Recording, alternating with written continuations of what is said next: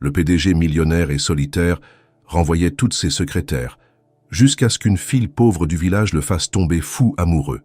Alexandre Moreau n'était pas un homme que l'on croisait par hasard dans les couloirs sans ressentir une légère crispation.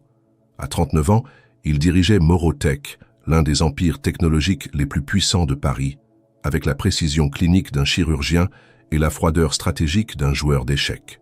Son bureau, situé au dernier étage d'un immeuble de verre au cœur du 8e arrondissement, dominait la ville, comme lui dominaient ses employés, sans pitié, sans attachement, sans hésitation. Depuis 2 ans, il avait renvoyé 12 secrétaires, 12 femmes et hommes, chacun pensant pouvoir résister à la pression, aux exigences démesurées, au silence coupant qu'il imposait à ses côtés. Aucun n'avait duré plus de quelques mois. Certains n'avaient même pas eu le temps de personnaliser leur bureau. D'autres, encore pleins d'illusions, avaient quitté l'entreprise avec les épaules affaissées, les yeux fuyants, et une lettre de recommandation froide et impersonnelle. Les couloirs de Morotech murmuraient son nom comme on murmure celui d'une légende sombre. On disait qu'il ne souriait jamais, qu'il n'élevait pas la voix, mais que son regard suffisait à faire geler le sang, qu'il connaissait chaque détail de chaque contrat, chaque chiffre de chaque département, que rien ne lui échappait, et surtout qu'il ne pardonnait jamais une erreur. Ce qui troublait le plus, c'était son détachement. Il ne criait pas, il ne menaçait pas, il constatait, il tranchait, il coupait les liens comme on couperait un câble défectueux dans une machine trop précieuse pour tolérer la moindre anomalie. Cette absence totale d'émotion dans ses décisions rendait ses licenciements encore plus redoutés. Il ne semblait jamais affecté, comme si les gens n'étaient que des éléments remplaçables dans une gigantesque mécanique. Personne ne comprenait pourquoi il agissait ainsi. Personne n'osait poser la question. Même ceux qui travaillaient à ses côtés depuis des années n'avaient jamais franchi la barrière invisible qu'il érigeait autour de lui. Il ne participait pas au déjeuner d'équipe, ne félicitait jamais verbalement, n'assistait à aucune fête d'anniversaire. Il apparaissait, faisait avancer les choses et disparaissait. Ceux qui l'avaient vu dans des événements publics décrivaient un homme parfaitement composé.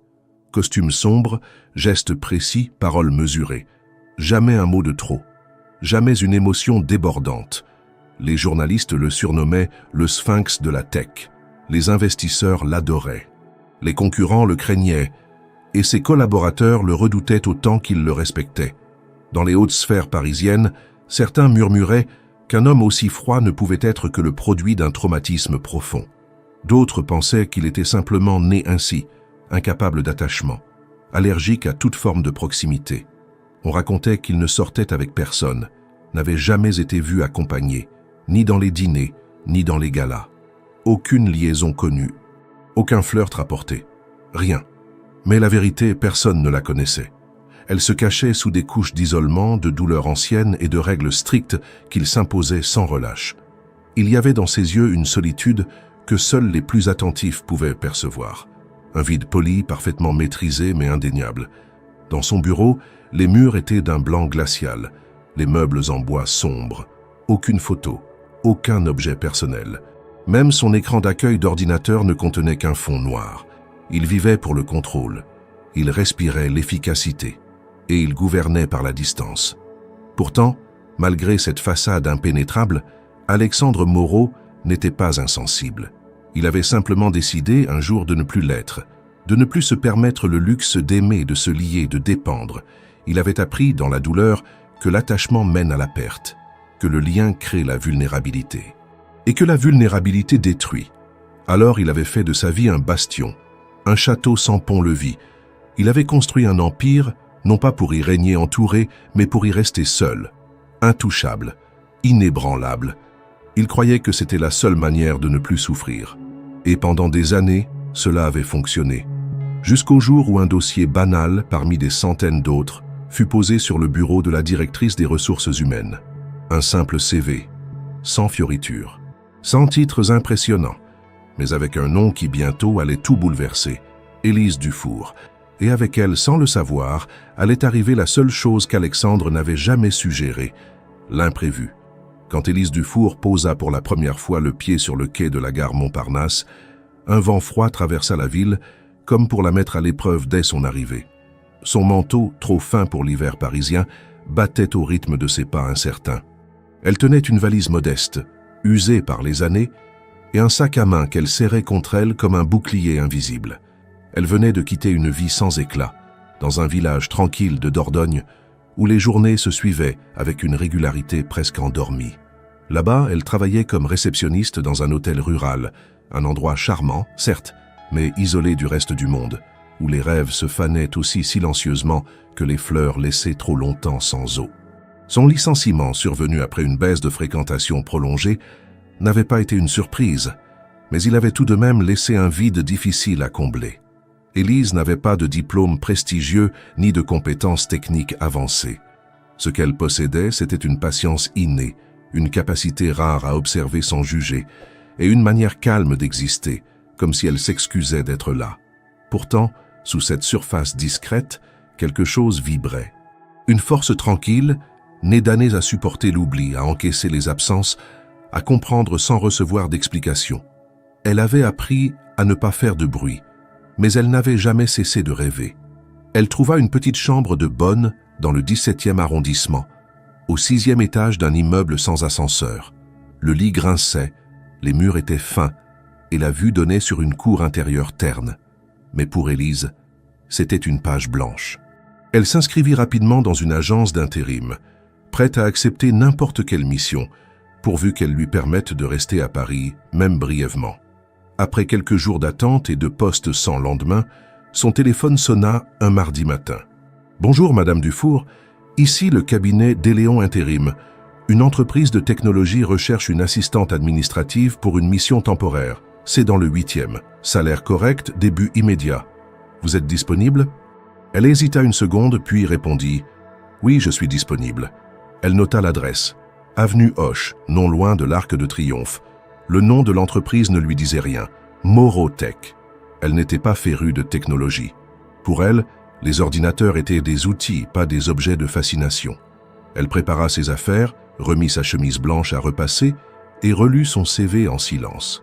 Elle savait que son profil n'avait rien d'exceptionnel. Elle n'était ni jeune diplômée, ni trilingue, ni spécialisée.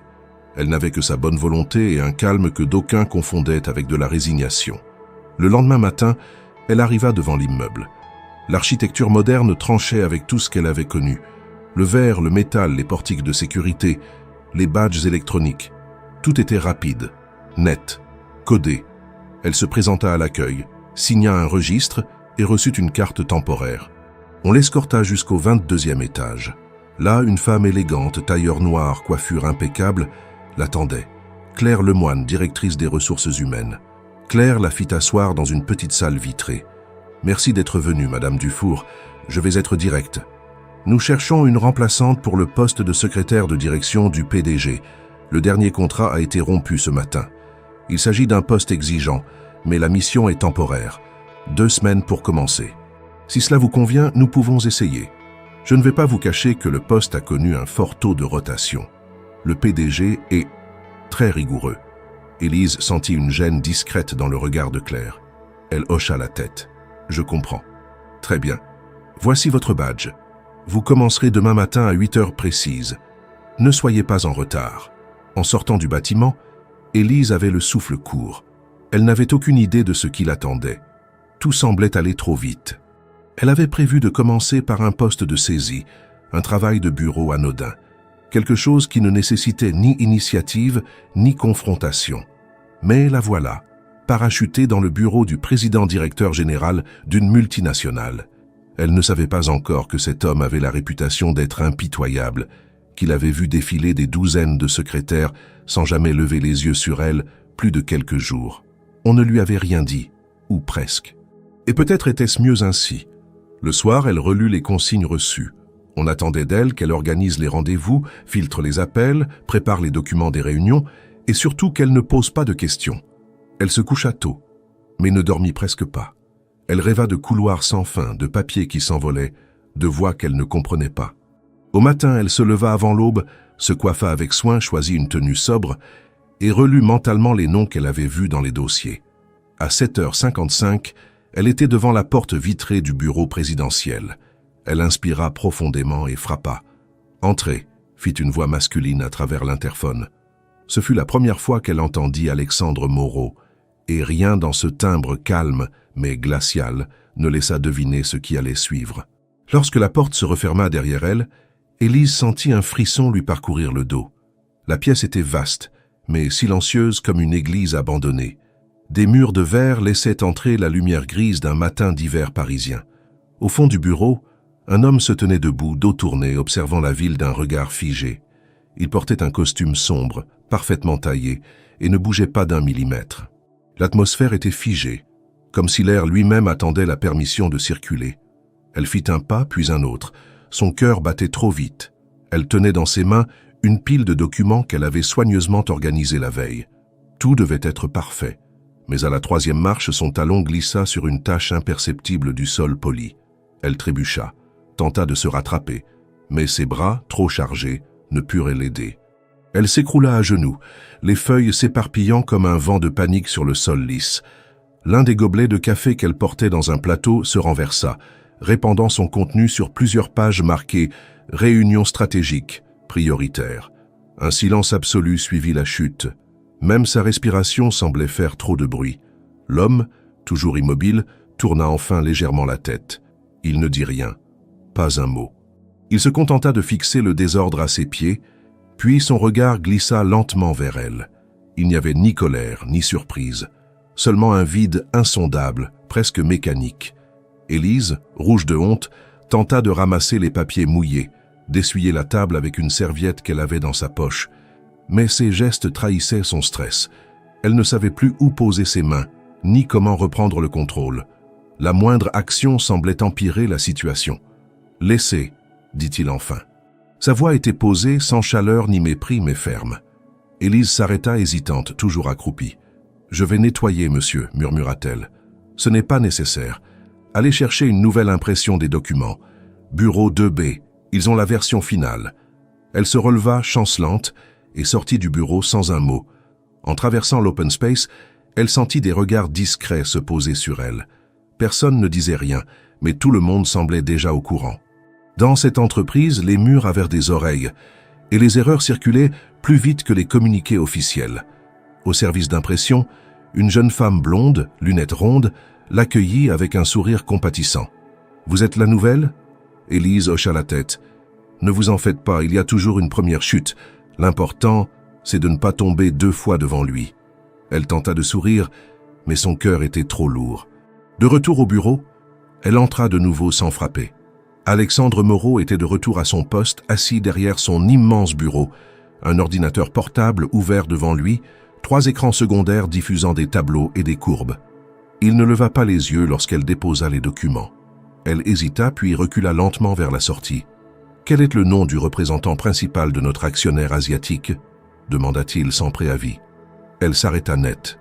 La question lui sembla flotter dans l'air comme un piège invisible. « Monsieur, Matsuda ?» tenta-t-elle, incertaine. « Masuda, Hideaki Masuda. » Depuis 6 mois, le ton n'avait pas changé, ni plus froid, ni plus sévère. Mais cette simple correction sonna comme une sentence. Elle baissa les yeux, murmurant un « je suis désolé », puis quitta la pièce. Elle passa le reste de la matinée à corriger l'ordre du jour, organiser les prochaines réunions, vérifier 2 fois chaque nom, chaque heure, chaque salle. Personne ne lui adressa la parole directement. Les assistants des autres directions passaient devant son bureau sans s'arrêter. Un silence opaque régnait autour du siège du pouvoir. À midi, elle mangea seule, dans la petite salle de repos du 15e étage, un sandwich à moitié sec qu'elle n'eut même pas la force de finir. Tout son corps tremblait encore. Elle n'arrivait pas à savoir si elle avait échoué, ou si simplement elle n'avait pas encore été rejetée. À son retour, l'après-midi fut étrangement calme. Alexandre ne la convoqua plus, ne fit aucun commentaire. Elle termina les tâches prévues, la gorge nouée, et resta jusqu'à 18h30, même si personne ne le lui demanda. Avant de partir, elle s'approcha de la porte de son bureau.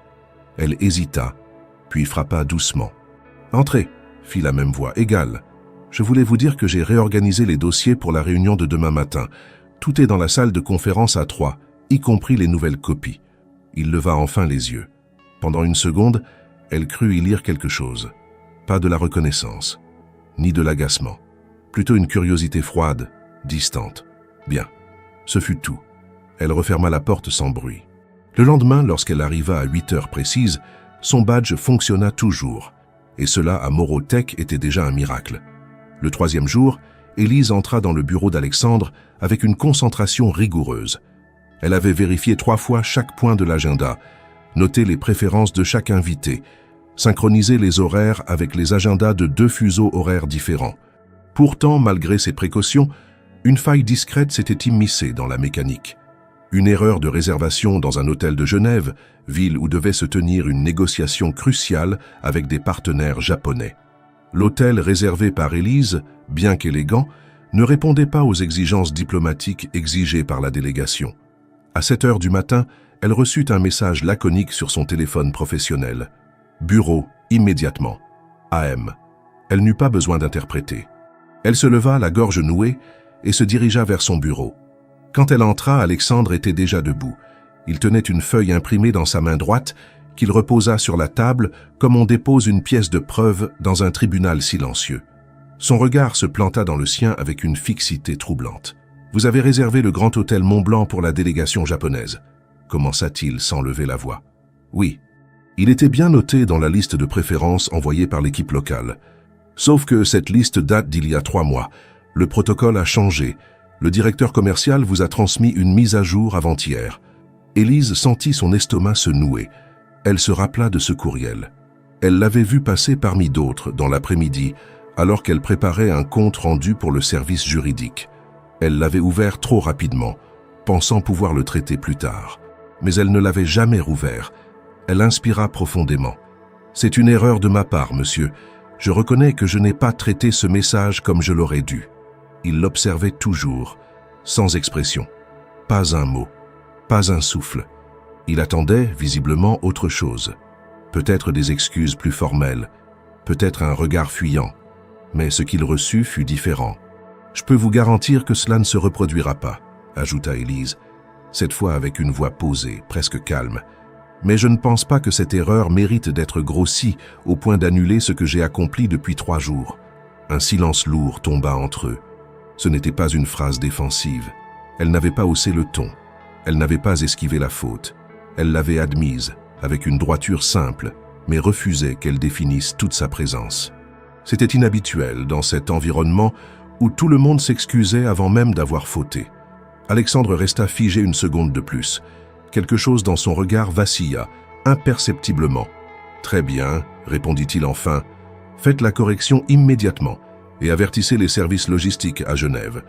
C'est déjà en cours. » Elle fit demi-tour, sortit du bureau, le cœur battant, mais la tête droite. Ce fut le premier moment depuis son arrivée où elle sentit qu'elle ne s'effaçait pas devant le poids du lieu. Dans les heures qui suivirent, elle recontacta le service hôtelier, mit à jour les réservations, prévint les chauffeurs, envoya des mails de confirmation à l'équipe d'accueil à l'aéroport et rédigea un rapport pour les responsables du projet. À midi, elle croisa Claire Lemoine à la cafétéria. « Vous avez survécu à une erreur sur une délégation japonaise. Peu peuvent en dire autant, » fit Claire avec un air mi-amusé, mi-surpris. Je crois qu'il était plus surpris par ma réponse que par l'erreur elle-même. Claire la regarda un instant, puis sourit d'un sourire bref. Intéressant. Le reste de la journée se déroula sans heurts. Alexandre ne fit aucun autre commentaire sur l'affaire. Mais en fin d'après-midi, alors qu'Élise lui remettait le dossier finalisé pour la réunion du lendemain, il dit sans lever les yeux de son écran « Vous avez une manière différente de gérer les conflits. » Elle resta silencieuse un instant avant de répondre « Je ne sais pas si c'est différent. J'essaie juste de rester debout. » Cette phrase flotta dans l'air quelques secondes. Elle n'avait rien de provoquant. Elle ne cherchait pas à impressionner. Elle était simplement sincère. Alexandre releva brièvement les yeux. Ce qu'il vit, c'était une femme sans masque, sans besoin de plaire, sans stratégie apparente. Cela le troubla plus qu'il ne le montra. Le lendemain, elle trouva sur son bureau un post-it, écrit à la main, d'une écriture droite et précise. Réunion décalée à 11 heures. AM. Ce fut la première fois qu'il lui adressait une note manuscrite. Et ce fut aussi la première fois qu'elle comprit que, sans le savoir, elle avait franchi une frontière invisible que tant d'autres avaient contournée ou redoutée. C'était un mercredi matin, pluvieux et terne, comme tant d'autres à Paris. Le ciel bas semblait peser sur les toits et dans les bureaux de Morotech, la lumière artificielle dominait, projetant des ombres droites et silencieuses sur les murs vitrés. Élise, fidèle à sa discrétion, était arrivée tôt, comme toujours. Elle avait déjà trié les courriels urgents, préparé les dossiers du jour et vérifié 2 fois l'agenda d'Alexandre. Tout semblait sous contrôle, réglé avec minutie. Mais quelque chose allait l'ébranler bien plus que n'importe quelle erreur de planning. Vers 10 heures, Alexandre lui remit un rapport confidentiel à relire, un document destiné au conseil d'administration dont elle devait simplement corriger les annotations manuscrites laissées par l'un des directeurs. C'était un document long, dense, truffé de termes techniques, d'indicateurs financiers et de projections numériques. Assise à son bureau, Élise surlignait méthodiquement les incohérences, quand son regard fut attiré par une page légèrement cornée à la fin du dossier. Sur la marge inférieure, entre 2 paragraphes relatifs à des courbes de croissance, il y avait un petit dessin au crayon, très discret, à peine visible. Une colline, une cabane et des lignes qui ressemblaient à des vers. Élise fronça les sourcils. Elle retourna la page et vit un autre petit croquis, cette fois d'un arbre, avec 3 mots écrits en lettres cursives dans un dialecte ancien. Elle relut. C'était du provençal, une variante de l'occitan qu'elle n'avait pas entendu depuis des années, mais qu'elle connaissait par cœur. Les mots étaient simples, mais perdus que vistes. Plus loin, sur une autre page, entre 2 chiffres liés à un audit interne, une phrase entière, encore en provençal, s'insinuait dans l'ombre du texte principal « Que palo silenci qu'espanta, masso que y dormi dedans ». Cette phrase, elle la connaissait. C'était un vers d'un poète local, qu'elle-même avait lu lorsqu'elle était adolescente, dans une vieille anthologie oubliée de la bibliothèque municipale de son village. Un vertige l'envahit. Ce n'était pas un hasard. Quelqu'un avait écrit cela. Quelqu'un dans cette tour de verre, parmi ses chiffres, ses stratégies, ses décisions implacables, avait laissé ces fragments de poésie dans un document strictement professionnel. Elle n'en parla à personne, bien sûr, mais sa curiosité ne la lâcha pas. Le soir, alors que le bureau se vidait, elle attendit que les étages se taisent. Puis, une impulsion la poussa à retourner discrètement au bureau d'Alexandre. Elle savait qu'il était en réunion au rez-de-chaussée. Elle entra, referma doucement la porte et alla vers la pile de rapports classés sur la droite. Elle les feuilleta rapidement. Et là encore, dans les marges, sur les versos oubliés, elle retrouva ces signes, de minuscules dessins, des phrases en provençal, parfois même un mot isolé, sans contexte, comme une graine posée dans le désert. Elle comprit alors que ce n'était pas un oubli, c'était un rituel. Un besoin intime, peut-être inconscient, de laisser quelque chose de personnel dans un monde qui ne lui appartenait pas vraiment. Le lendemain, alors qu'elle lui apportait un document corrigé, elle se permit une audace. Elle déposa le dossier sur son bureau, puis resta debout un instant. « Vous connaissez le provençal » demanda-t-elle d'un ton neutre. Il releva lentement les yeux. Il ne sembla pas surpris, mais il ne répondit pas tout de suite.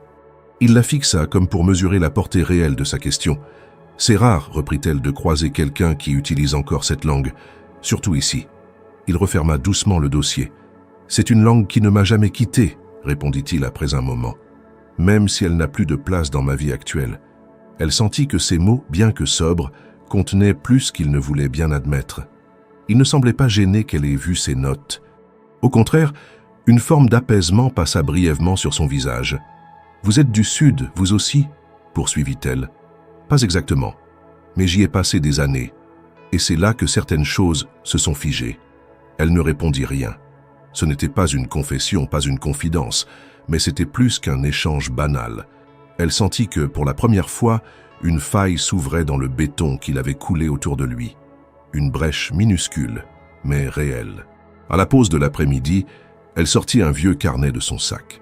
Un carnet qu'elle gardait depuis des années, dans lequel elle griffonnait parfois des mots en provençal, comme pour se rappeler qui elle était avant Paris, avant les emplois précaires, avant l'oubli. Ce soir-là, elle écrivit « Lo silenci pot parlar mais fort que la paura » et en dessous, sans trop réfléchir, « Ailas, quand lo bestia s'approcha, cal pas fugir, mas espinchar ». Ce jour-là, elle comprit qu'Alexandre Moreau n'était pas seulement un homme d'affaires froid et inaccessible. Il y avait en lui des paysages anciens, des collines oubliées, des vers non prononcés. Il y avait en lui un homme qui écrivait dans les marges pour ne pas disparaître, Et cela, plus que tout autre geste, le rendit profondément humain à ses yeux. L'atmosphère chez Morotech semblait, à première vue, inchangée. Les couloirs demeuraient silencieux, les bureaux ordonnés, les discussions feutrées, presque invisibles. Mais pour Élise, quelque chose avait basculé. Depuis cette découverte de poésie discrètement semée dans les marges des rapports et cette brève conversation sur le provençal, elle percevait Alexandre autrement. Il ne s'agissait plus d'un patron glacial trônant au sommet d'une pyramide de décision. Il y avait maintenant derrière chaque regard, chaque silence, une profondeur qu'elle n'aurait jamais soupçonnée, sans ce détail infime. Pourtant, malgré cette faille ouverte, il restait laconique, distant, professionnel, jusqu'à la rigidité. Aucune familiarité ne semblait autorisée au-delà de cette brèche. C'est au hasard d'un moment anodin que les contours de son passé commencèrent à émerger. Un vendredi en fin d'après-midi, Élise descendit au service courrier pour récupérer une livraison urgente. En repartant, elle croisa une ancienne employée, Nadine, une secrétaire du département juridique à la retraite depuis quelques mois, qui venait saluer d'anciens collègues. La femme, la soixantaine vive et la parole libre, l'interpella avec curiosité. « Vous êtes la nouvelle secrétaire de Monsieur Moreau, n'est-ce pas ?» Élise acquiesça, un peu surprise par la question. « Vous tenez bon. »« Ce n'est pas rien. Peu y arrive. Je vous ai vu l'autre jour et je me suis dit, elle a quelque chose de différent. » Élise tenta un sourire poli. « Je fais de mon mieux, c'est tout. » Nadine la fixa un instant, puis se pencha légèrement, comme pour chuchoter un secret qu'on n'ose pas formuler trop fort. « Ce n'est pas qu'il est méchant, c'est qu'il est brisé. » Élise haussa légèrement les sourcils, sans répondre. Nadine continua, d'une voix plus basse. « Vous savez pourquoi il est comme ça? Pourquoi il ne s'attache à personne? Pourquoi il vous regarde comme si vous étiez un chiffre de plus? C'est parce qu'il a appris à ne plus ressentir. Il a érigé cette entreprise comme une armure, une forteresse contre le vide. » Elle marqua une pause, observant si ses mots trouvaient un écho, puis elle ajouta « Sa sœur est morte, il y a longtemps. Un accident. Il ne s'en est jamais remis. Elle s'appelait Camille. Ils étaient très proches, presque fusionnels. Après sa mort, il a disparu pendant des mois. Et quand il est revenu, il avait changé. Froid, silencieux. Plus de rire, plus de week-end. Il a mis toute sa peine dans le travail et s'est juré de ne plus jamais perdre ce qu'il aime. Élise resta figée. Elle sentit le poids de cette information s'installer en elle comme une ombre longue. Ce n'était pas seulement un homme exigeant qu'elle servait, c'était un homme qui portait une absence trop grande pour pouvoir encore accueillir une présence. Elle remercia discrètement Nadine, puis remonta dans son bureau avec le pas lent. Durant tout le week-end, cette révélation ne la quitta pas. Elle pensait à Camille, à cette sœur inconnue dont l'absence avait tout redéfini. Elle imagina l'adolescent qu'avait dû être Alexandre, sa vie d'avant, peut-être plus légère, peut-être habitée d'espoir. Elle repensa à la poésie en provençal, aux dessins minuscules, aux phrases solitaires. Tout cela prenait une nouvelle dimension. Ce n'était pas du romantisme discret, c'était un langage secret pour dialoguer avec un fantôme. Lundi matin, elle observa Alexandre différemment. Il ne semblait pas changer, toujours aussi précis, méthodique, irréprochable. Mais maintenant, elle comprenait que cette rigueur n'était pas une posture. C'était une stratégie de survie. Elle ne tenta pas de l'aborder sur le sujet. Elle savait que cette douleur était enfouie dans un territoire que lui seul pouvait choisir d'ouvrir. Mais intérieurement, son regard avait changé. Elle ne le voyait plus comme un homme distant. Elle le voyait comme un homme qui, pour ne pas se briser une seconde fois, avait appris à ne plus se pencher sur rien, ni personne. Au fil des jours, Élise ajusta ses gestes. Elle ne le fit pas consciemment, mais elle développa une attention nouvelle. Elle parlait moins, mais choisissait mieux ses mots. Elle anticipait ses besoins sans empiéter sur son espace. Elle acceptait le silence sans y chercher de sens caché. Et petit à petit, sans qu'elle le comprenne tout à fait, un nouveau rythme s'installa entre eux. Moins tendu, plus fluide. Alexandre lui adressait parfois un regard en fin de phrase, comme s'il cherchait une confirmation, une présence. Rien de spectaculaire, mais des micro-signes qui, mis bout à bout, formaient une ligne fine entre deux mondes longtemps séparés. Un soir, alors qu'elle quittait son poste, elle passa devant son bureau. Il était seul, penché sur un document, l'air fatigué, les épaules affaissées, la lumière crue du plafonnier projetant une ombre nette sur son visage. Elle s'arrêta à la porte. « Vous voulez que je vous ramène un café avant de partir ?» demanda-t-elle. Il leva les yeux, surpris. Puis, après un bref silence, « Non, merci. Mais... bonne soirée, Élise. » Ce fut la première fois qu'il prononçait son prénom. Et dans cette simple intonation, elle perçut une fragilité qu'il ne montrait à personne.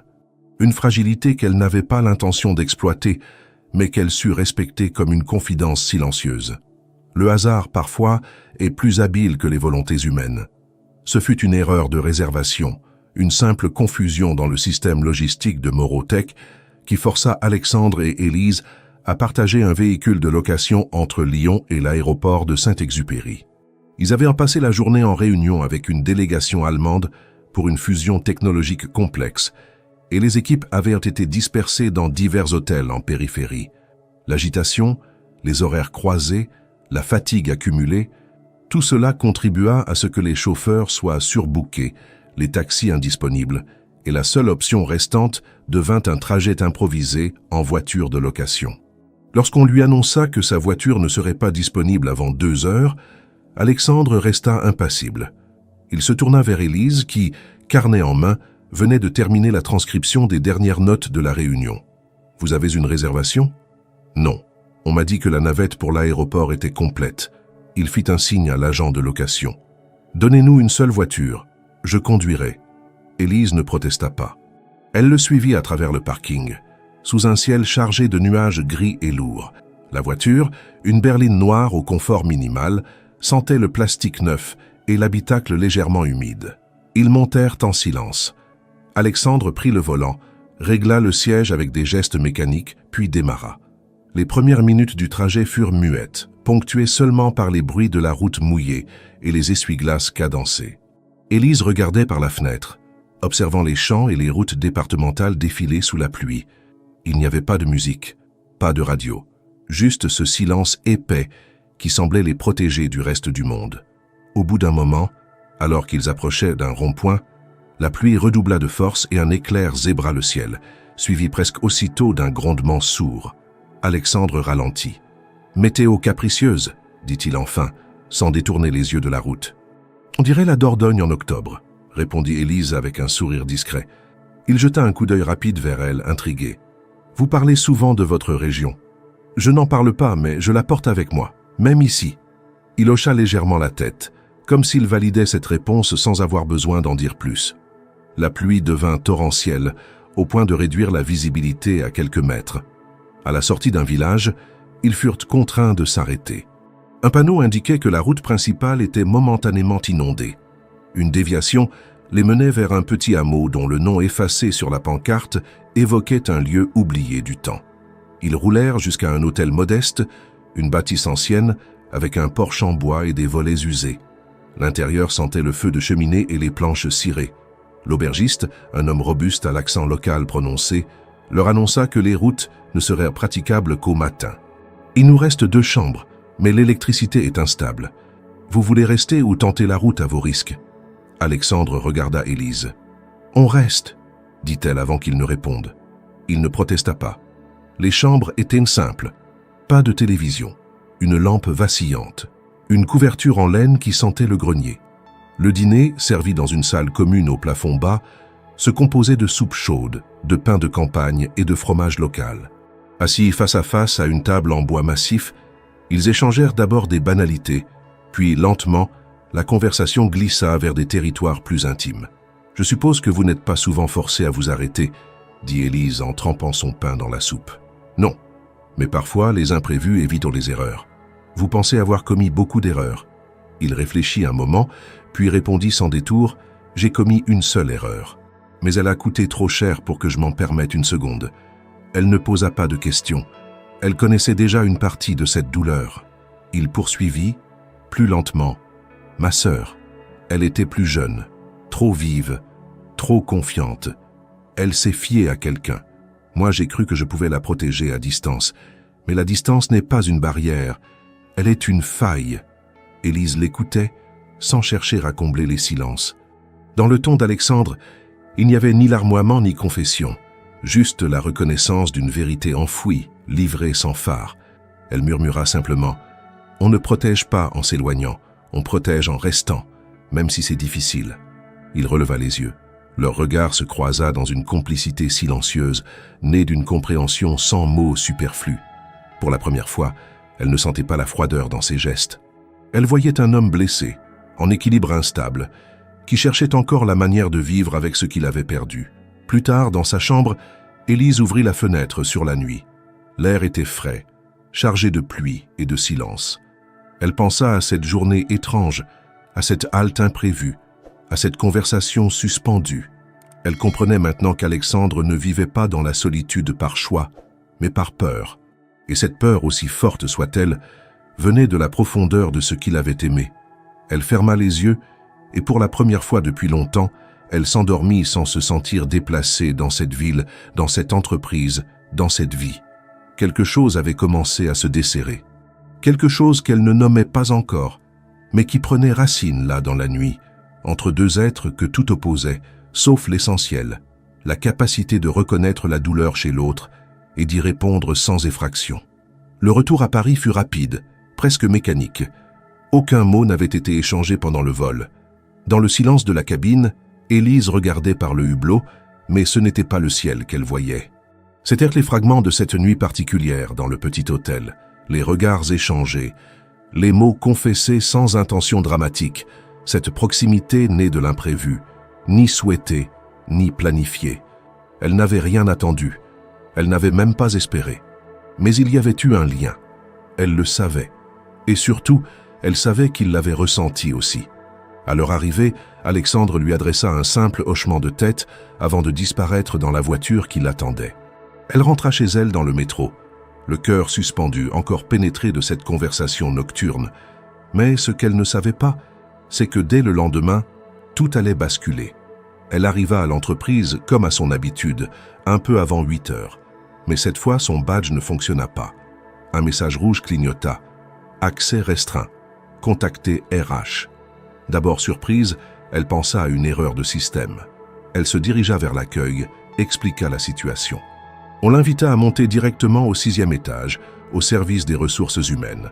Claire Lemoine l'attendait déjà, assise derrière son bureau, les mains croisées sur un dossier. « Élise, dit-elle avec une voix neutre presque clinique, nous avons reçu une demande directe de M. Moreau. Votre poste de secrétaire de direction est révoqué, à compter d'aujourd'hui.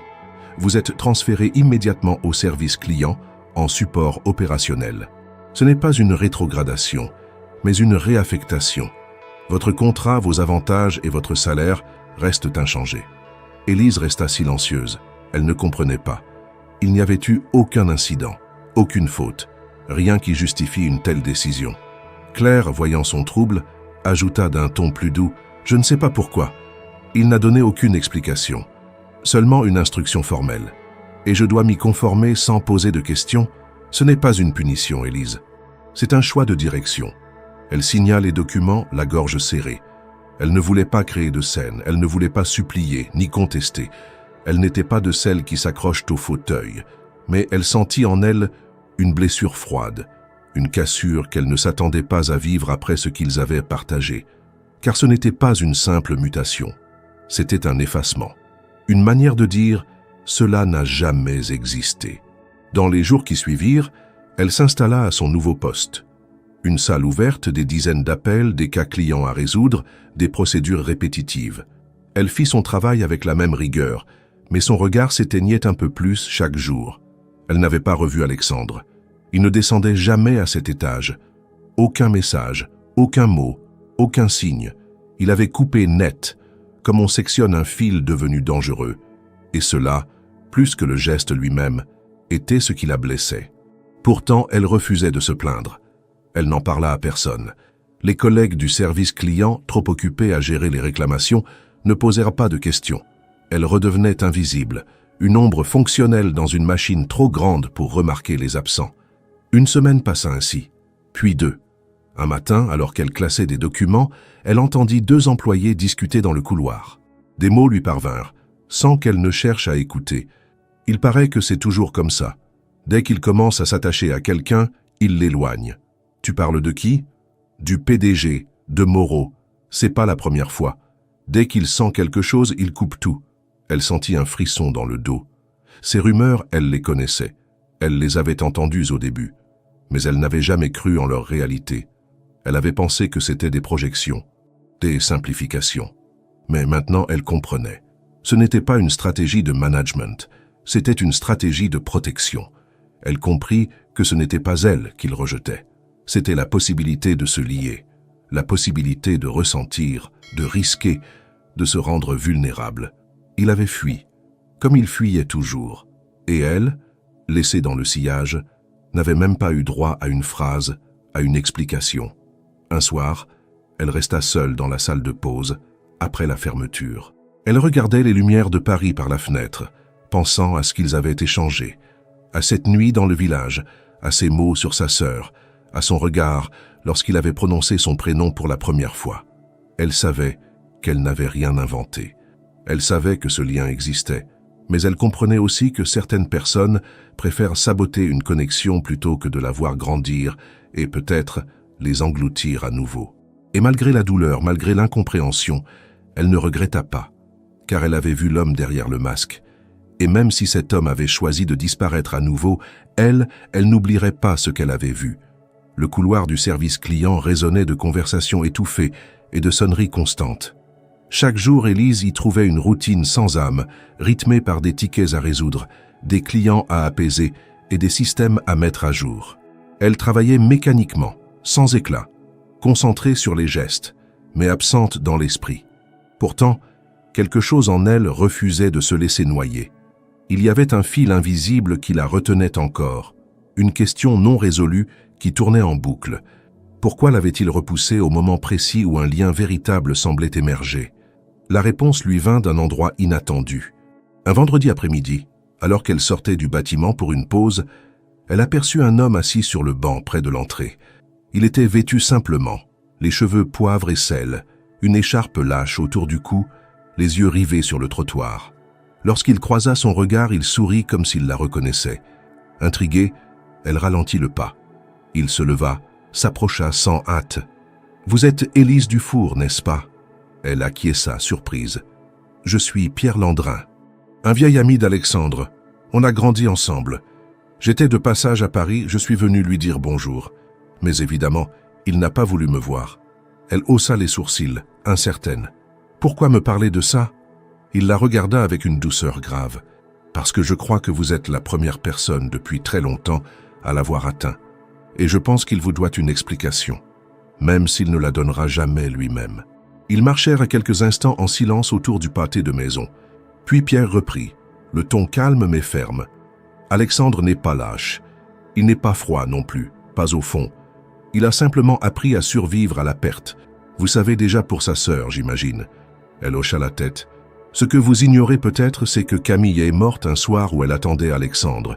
Ils devaient se voir. Elle lui avait demandé de venir. Mais il était pris par un rendez-vous important avec un investisseur, l'un de ses premiers gros contrats à l'époque. Il a choisi de ne pas annuler. Elle a pris sa moto, seule, pour le rejoindre. Elle n'est jamais arrivée. Il est arrivé à l'hôpital trop tard. Élise s'arrêta de marcher. Son souffle se suspendit. « Il s'est blâmé ?» demanda-t-elle dans un souffle. « Il ne s'est jamais pardonné. Et depuis, il a construit une théorie tordue, mais qui le protège. Chaque fois qu'il aime, il finit par perdre. Il a perdu sa sœur. Avant cela, ses parents. Et ensuite, une femme. Quelqu'un d'important. Pas morte, non, mais partie. Parce qu'il l'a tenue à distance trop longtemps. Elle a compris qu'il ne la laisserait jamais entrer. Pierre se tourna vers elle. « Vous êtes différente. Et ça, il le sait. C'est précisément pour cela qu'il vous a éloignée. Pas parce que vous avez fait quelque chose de mal, Élise, mais parce qu'il a eu peur que ce soit réel. Et que si c'est réel, ça peut aussi faire mal. » Ils s'arrêtèrent à l'angle d'une rue. Elle le regarda, touchée au plus profond. « Pourquoi me dire tout ça? Parce que je le connais. Et je sais qu'il ne le dira jamais. Mais ça ne veut pas dire que vous ne méritez pas de savoir. Vous avez réveillé en lui quelque chose de vivant. Et il ne sait pas encore si c'est une malédiction ou une chance. Mais je crois qu'il commence à comprendre. » Il lui tendit une petite enveloppe. À l'intérieur, une vieille photo. Alexandre, adolescent, assis dans l'herbe, aux côtés d'une jeune fille souriante. Camille. Elle portait une robe claire, les pieds nus, les yeux pleins de lumière. Sur le verso, une phrase écrite à la main. Ne laisse pas ce que tu crains te voler ce que tu pourrais aimer. Elle écrivait ça souvent, dit Pierre. C'était son mantra. Je l'ai gardé. Je crois qu'il est temps qu'elle retourne à lui, ou à quelqu'un qui saura comprendre ce qu'elle signifie. Élise serra la photo dans ses mains, émue. Lorsqu'elle rentra au bureau, elle n'était plus la même. Elle n'avait pas toutes les réponses, mais elle avait la vérité. Une vérité silencieuse, douloureuse, mais lumineuse. Alexandre ne l'avait pas repoussée par rejet, mais par panique. Il avait cru qu'en l'éloignant, il empêcherait la douleur. Il ne savait pas que parfois l'absence fait plus mal que la perte elle-même. Ce soir-là, elle écrivit une phrase sur une feuille blanche qu'elle glissa dans son sac. « On ne guérit pas seul, et on ne fuit pas ce qui nous guérit. » Elle ne savait pas encore ce qu'elle allait en faire, mais elle savait que quelque chose venait de changer, pour de bon. La semaine suivante se déroula dans une tension latente, comme si l'air lui-même portait la mémoire d'une déflagration imminente.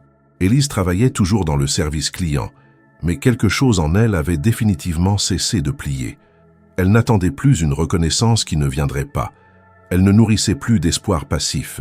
Elle portait désormais en elle une vérité nue, transmise par un vieil ami à l'écart du chaos de Morotech, et cette vérité ne pouvait pas rester en silence.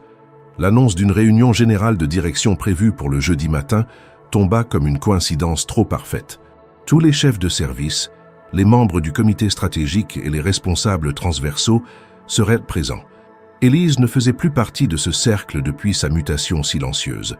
Pourtant, ce matin-là, elle entra dans la salle de conférence sans badge, sans invitation, sans permission. Elle ne tremblait pas. Elle n'avait rien préparé. Elle avait seulement décidé que le silence n'était plus une option. Les regards se tournèrent vers elle avec un mélange de surprise et d'incrédulité. Claire Lemoine, déjà assise à côté d'Alexandre, ouvrit légèrement la bouche mais ne dit rien. Alexandre, quant à lui, resta impassible. Il la fixait sans expression, comme s'il la voyait pour la première fois sous une lumière différente. Élise s'avança lentement vers la table principale, le cœur battant mais le pas stable. « Je ne suis pas ici pour perturber votre réunion », déclara-t-elle calmement. « Mais je suis ici pour demander une chose que personne ne semble oser demander. La vérité. » Un silence glacial s'abattit dans la salle. On entendait le souffle discret de la climatisation, le grincement d'une chaise qu'on redressait, et rien d'autre. Elle tourna ses yeux vers Alexandre. « Vous m'avez retiré de mon poste sans aucune explication. Pas un mot, pas un regard, comme si ce que nous avions partagé n'avait jamais existé. Et vous avez laissé cette entreprise croire que je n'étais qu'une erreur de plus dans votre collection. Mais je refuse d'être réduite à un malentendu que vous n'avez même pas eu le courage d'assumer. » Claire tenta d'intervenir, mais Alexandre leva imperceptiblement la main. Il ne disait rien. Son visage restait fermé, mais ses yeux, eux, disaient autre chose. Un combat muet, un tiraillement intérieur qu'il ne pouvait plus contenir. « Vous avez peur », poursuivit Élise. « Peur de sentir, peur de revivre une perte. Vous pensez qu'en fermant les portes, vous évitez la douleur. Mais ce que vous fuyez, ce n'est pas la souffrance. C'est l'idée même d'être touché. Et moi, je ne peux pas être ce qu'on cache parce qu'on a peur de vivre. » Elle marqua une pause. Son souffle était court, mais elle tenait debout. « Je suis venue ici parce que je ne voulais pas partir sans que vous sachiez que j'ai compris, que votre silence n'était pas un rejet, mais un mécanisme de défense, que votre distance n'était pas du mépris, mais une armure. Mais même les armures finissent par rouiller. » Alexandre se leva lentement. Tous les yeux étaient rivés sur lui. Il posa ses deux mains sur la table comme pour s'ancrer dans le réel. Sa voix, lorsqu'elle sortit enfin, était presque rauque, comme tirée d'un puits ancien. « Je ne vous ai pas éloigné parce que vous étiez une faiblesse. Je vous ai éloigné parce que vous étiez une vérité que je ne pouvais pas affronter. » Un murmure discret parcourut la salle, vite étouffé par la stupeur collective. Il poursuivit, plus bas mais plus fort en intensité. « Vous m'avez vu, réellement vu, et ça, Élise, c'est plus dangereux que n'importe quelle erreur logistique ou manquement professionnel, parce que quand on voit vraiment quelqu'un, on peut l'atteindre. Et quand on peut l'atteindre, on peut le perdre. » Elle s'approcha de lui. Le silence s'épaissit, comme suspendu au fil de leur voix. « Et si vous ne pouvez que garder ceux que vous ne ressentez pas, alors vous êtes déjà perdu. » Alexandre la fixa longuement. 1 seconde, 2, puis 3. Il semblait vouloir dire quelque chose d'autre, mais aucun mot ne sortit. Il referma la bouche, détourna les yeux et s'assit lentement. Ce geste valait plus qu'une confession. Il abdiquait. Pas devant elle, mais devant ce qu'il fuyait depuis si longtemps. Élise tourna alors les talons, sans demander la permission de quitter la salle. Personne ne la retint. Elle savait que ce n'était pas une scène, ni une démonstration. C'était un choix, une décision de ne plus vivre dans l'ombre du non-dit. Et en quittant cette salle, elle ne se sentait ni humiliée, ni vaincue. Elle se sentait entière, pleinement elle-même, pour la première fois depuis longtemps. Car la vérité, même prononcée dans le silence d'une pièce pleine d'incrédulité, reste la seule force que personne ne peut effacer. Le lendemain de cette confrontation inattendue et silencieusement explosive, Élise arriva au bureau plus tôt que d'habitude. Non pas par habitude ou devoir, mais par besoin de clarté. Après l'échange de regards, les mots lourds de sens, l'aveu implicite d'un homme acculé par ses propres sentiments, elle ne pouvait plus faire semblant. Pourtant, Alexandre n'avait pas tenté de la contacter. Il n'était pas venu la voir. Rien. L'apparente immobilité, cet art qu'il maîtrisait depuis des années, restait sa seule défense. Elle entra dans l'open space du service client, s'installa à son bureau, ouvrit son ordinateur, mais ses mains restèrent suspendues au-dessus du clavier. Son esprit, lui, battait toujours au rythme du silence qui avait suivi ses mots la veille. Ce n'était pas la peur qui l'envahissait, ni la colère, mais une profonde lassitude, une certitude tranquille que quelque chose devait changer. Pas chez lui, pas nécessairement, mais en elle. Elle ne pouvait plus rester là, à attendre qu'il trouve le courage que lui-même refusait de revendiquer. Vers la fin de la matinée, elle reçut une alerte automatique sur son ancien compte de messagerie professionnelle. Un oubli administratif, probablement, avait laissé actif l'accès à cette boîte pourtant inactive depuis son transfert. Poussée par une curiosité sans raison, elle décida de l'ouvrir. La boîte était encombrée de messages non lus, de notifications périmées. Mais parmi les nombreux courriels, un attira son regard. Un brouillon enregistré non envoyé datait de plusieurs jours après leur retour de Lyon. Le titre était simplement « À propos de cette nuit ». Son cœur manqua un battement. Elle cliqua. Le message n'avait jamais été adressé, resté là, en suspens, comme tant de choses chez Alexandre. Le contenu était court, mais précis, comme chaque mot qu'il avait toujours choisi. « Élise, je n'ai jamais su comment écrire ce genre de choses. Et peut-être est-ce pour cela que je n'ai rien dit. Ce que je suis, je l'ai construit sur des bases trop solides pour qu'un moment, aussi sincère soit-il, les renverse. Mais cette nuit-là, dans ce village perdu, vous avez déplacé quelque chose en moi. Quelque chose que je croyais pétrifié. Je vous ai éloigné non pas parce que vous étiez un problème, mais parce que vous étiez la preuve qu'il m'en restait encore quelque chose. Une faiblesse, un espoir. Et j'ai paniqué. Je n'ai pas la force de perdre encore. Et vous, vous êtes quelqu'un que je pourrais perdre. Alors j'ai choisi de ne pas essayer. Parce que dans mon monde, ne pas essayer, c'est la seule façon de ne pas échouer. Mais vous avez bouleversé cet monde. Vous l'avez fissuré. Je ne sais pas encore si je vous en veux pour cela ou si je dois vous remercier. Ah, Élise relut le message plusieurs fois. Chaque phrase résonnait avec une justesse presque douloureuse. Il n'y avait là ni déclaration ni romantisme naïf, mais une lucidité nue, un aveu d'homme qui lutte contre lui-même plus que contre elle. Ce n'était pas une lettre d'amour, c'était une lettre de peur, une lettre d'alarme, une lettre d'un homme qui n'a jamais appris à tendre la main sans craindre qu'elle ne soit arrachée. Elle ferma l'écran. Puis, dans un geste calme, elle composa une lettre, pas un courriel, une lettre manuscrite, posée avec soin dans une enveloppe blanche. Elle la glissa dans le tiroir de son bureau, là où personne ne pourrait la trouver pour l'instant. Ensuite, elle rédigea une note de démission. 2 phrases, sans détour. Je quitte Morotech volontairement. Pas parce que je fuis, mais parce que je choisis de ne pas rester là où l'on me garde à distance par peur. Elle imprima le document, le signa, puis monta au service des ressources humaines pour remettre la lettre en main propre à Claire Lemoine. Celle-ci leva les yeux, surprise, mais ne posa pas de questions. Elle semblait comprendre dans le regard d'Élise que les explications dépassaient le cadre des fiches de poste. Avant de quitter le bâtiment, Élise retourna au 22e étage une dernière fois. Le couloir du pouvoir, les vitres impeccables, les lignes froides du bureau d'Alexandre. Il n'était pas là. Elle entra sans frapper, traversa la pièce silencieuse, s'arrêta devant son bureau.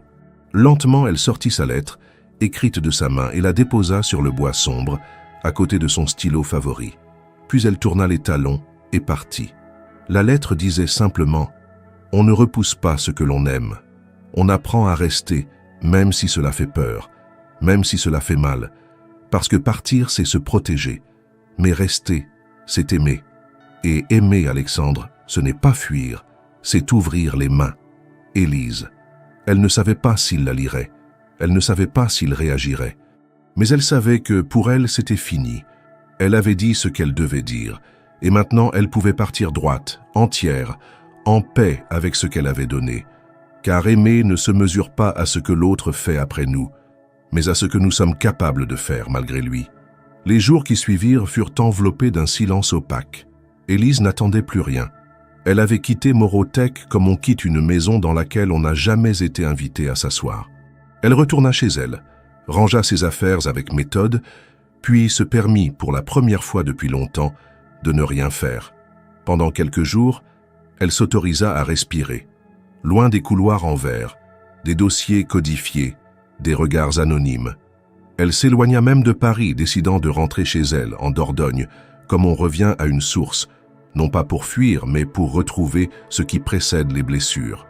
Elle retrouva son village tel qu'elle l'avait laissé, calme, préservé, un peu vieilli. Les ruelles sinueuses, les volets colorés, les mêmes visages qu'elle croisait autrefois au marché. Elle s'installa dans l'ancienne maison de ses grands-parents, aujourd'hui vide mais toujours debout. Elle nettoya, répara, redonna vie à chaque pièce avec une patience presque rituelle. Elle ne cherchait pas à oublier. Elle cherchait à replanter ses racines, les vraies, celles qu'aucun bureau de direction ne pouvait effacer. Au bout d'une semaine, elle trouva un poste temporaire à la bibliothèque municipale, un emploi modeste, discret, mais étrangement apaisant. Elle triait les livres, rangeait les étagères, conseillait les visiteurs occasionnels, et parfois elle s'asseyait seule à la table du fond, relisant des poèmes anciens qu'elle aimait en silence. Chaque jour, elle reprenait pied. Non pas pour effacer Alexandre, mais pour ne plus dépendre de l'attente. Elle l'avait aimé, elle l'avait compris, et elle lui avait offert la vérité, sans masque, sans exigence. S'il ne savait pas quoi en faire, ce n'était plus son fardeau. Mais Alexandre, lui, n'était pas resté figé dans son bureau de verre. Le matin où il trouva la lettre sur son bureau, il la lut sans bouger. Il la relut ensuite, 3 fois. Chaque mot entrait en lui comme une voix ancienne qu'il avait tenté d'éteindre depuis trop d'années. Il s'était habitué au contrôle, à la froideur, au détachement. Il pensait que c'était son prix à payer pour survivre. Mais les phrases d'Élise ne le condamnaient pas. Elle ne l'accusait pas. Elle le voyait. Elle l'invitait. Et cela, il ne s'y attendait pas. Il ne parla à personne, pas même à Claire. Il continua de travailler comme si de rien n'était. Mais quelque chose s'était déplacé. Il lisait ses mails différemment. Il observait les autres sans chercher à les maîtriser. Et un matin, sans prévenir, il se leva, prit ses clés et quitta l'entreprise avant midi. Personne ne sut où il allait. Il traversa la France, direction le sud-ouest. Il roula pendant des heures, jusqu'à voir les paysages changer, les toits devenir plus bas, les murs plus clairs, les routes plus sinueuses. Il ne savait pas exactement ce qu'il cherchait. Il avait seulement gardé en tête un mot qu'elle avait laissé dans l'un de ses rapports, Saint-Léon-sur-Vézère. Il demanda son chemin dans un café, trouva le centre-ville, puis aperçut le bâtiment discret de la bibliothèque municipale. Il s'arrêta devant, sortit de la voiture. L'air était plus doux ici, plus humain. Il hésita. Ce n'était pas un homme habitué aux gestes spontanés. Il ne connaissait pas l'art de rattraper quelqu'un, mais il n'était pas venu pour une déclaration. Il était venu pour ne pas fuir. Quand il entra, une clochette tinta. Quelques lecteurs éparpillés levèrent les yeux. Et au fond, derrière un comptoir modeste, Élise. Elle leva la tête, et elle le vit. Elle ne dit rien.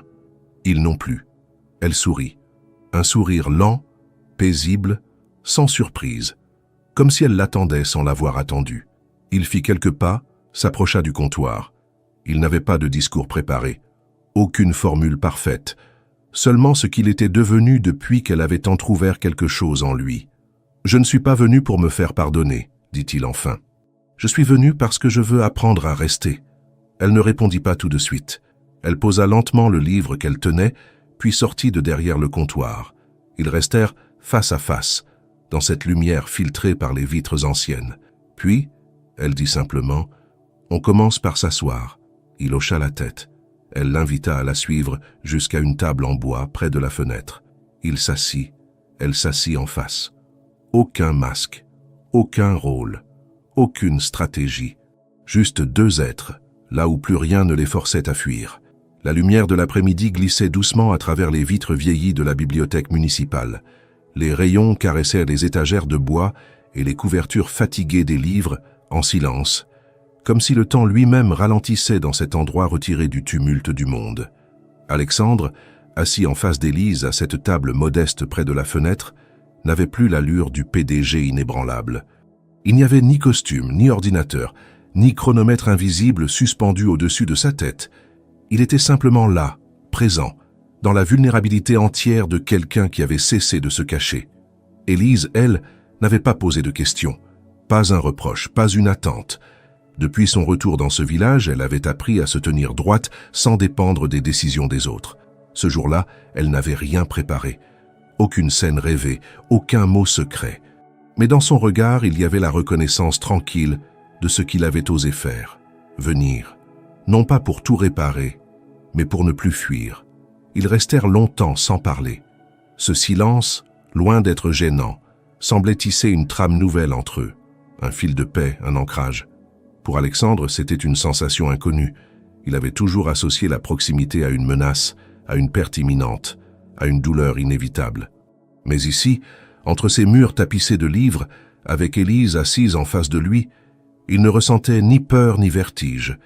Il ressentait quelque chose qu'il n'avait jamais su nommer jusque-là, la plénitude. « Tu n'as pas besoin de me convaincre de quoi que ce soit », dit-elle doucement, rompant enfin le silence. Il hocha la tête. « Je ne suis pas venu pour expliquer. Je crois que j'ai enfin compris que les justifications sont souvent des manières de se défendre, et j'en ai assez de me défendre. » Elle l'observa avec attention, puis se leva. Elle alla chercher un livre sur une étagère, revint et le posa devant lui. C'était un recueil de poésie en provençal, l'un de ceux qu'elle gardait toujours près d'elle. Elle l'ouvrit à une page marquée et lui montra un vers. « Tu peux le lire à voix haute ?» Il hésita, puis lut lentement, avec ce timbre grave et retenu qui le caractérisait. « Qu'est pas l'auvent que nos destruisit, et saut que nos tènes de banc. » Il leva les yeux vers elle. « Ce n'est pas le vent qui nous détruit, c'est ce contre quoi nous luttons. » Elle sourit légèrement. « C'est ce que j'ai compris ici, dans ce calme, dans cet oubli. On ne se brise pas à cause de ce qui arrive. On se brise à force de lutter contre ce qui est. » Alexandre resta silencieux, méditant ces mots. Toute sa vie avait été construite sur le refus, le contrôle, l'évitement. Il avait choisi l'isolement comme une garantie de sécurité, mais cette sécurité l'avait vidé de l'intérieur. Aujourd'hui, il comprenait que la paix ne venait pas de l'armure. Elle venait de l'acceptation. Ils passèrent le reste de l'après-midi à parler. Pas de l'entreprise, pas du passé, mais de livres, de paysages, de souvenirs d'enfance, de recettes oubliées, de mots anciens qu'on n'utilise plus. Ils ne construisaient pas un avenir. Ils étaient simplement là, dans le présent, et cela suffisait. Aucun besoin de sceller cette rencontre par des promesses. Il y avait une évidence dans leur échange, une simplicité qui rendait toute déclaration superflue. Lorsque la bibliothèque ferma, Élise l'invita à marcher un peu. Ils longèrent les berges de la Vézère, les arbres reflétant leurs branches dans l'eau calme. Il ne la touchait pas. Elle ne le pressait pas, mais ils marchaient côte à côte, comme deux lignes parallèles qui, enfin, n'avaient plus peur de se croiser. « Je ne sais pas ce que je suis censé devenir maintenant, » murmura-t-il, presque pour lui-même. « Tu n'as rien à devenir. Tu peux juste être, ici, avec ce que tu es, et voir si ça suffit. » Il s'arrêta. Elle aussi. Le vent léger faisait frissonner les feuilles. Alexandre tourna enfin son regard vers elle, entièrement, sans barrière. « Et si je reste ? Alors tu verras que la paix ne vient pas en fuyant ce qui blesse, mais en apprenant à aimer même quand ça fait peur. » Il ne répondit pas. Il n'avait pas besoin. Il lui tendit la main, elle la prit, simplement, et ils continuèrent à marcher. Pour la première fois depuis des années, Alexandre ne se sentait ni en retard, ni en avance. Il n'était pas en train de courir vers un objectif, ni de fuir une menace. Il n'était ni le PDG, ni l'homme brisé, ni l'amant hésitant. Il était un homme qui, enfin, avait trouvé un endroit où il pouvait être entier sans se défendre. Et cet endroit n'était pas un lieu. c'était une femme. C'était une table en bois. C'était un silence partagé. C'était la paix qu'il n'avait jamais cru possible et qu'il avait trouvée là où il n'avait jamais pensé chercher.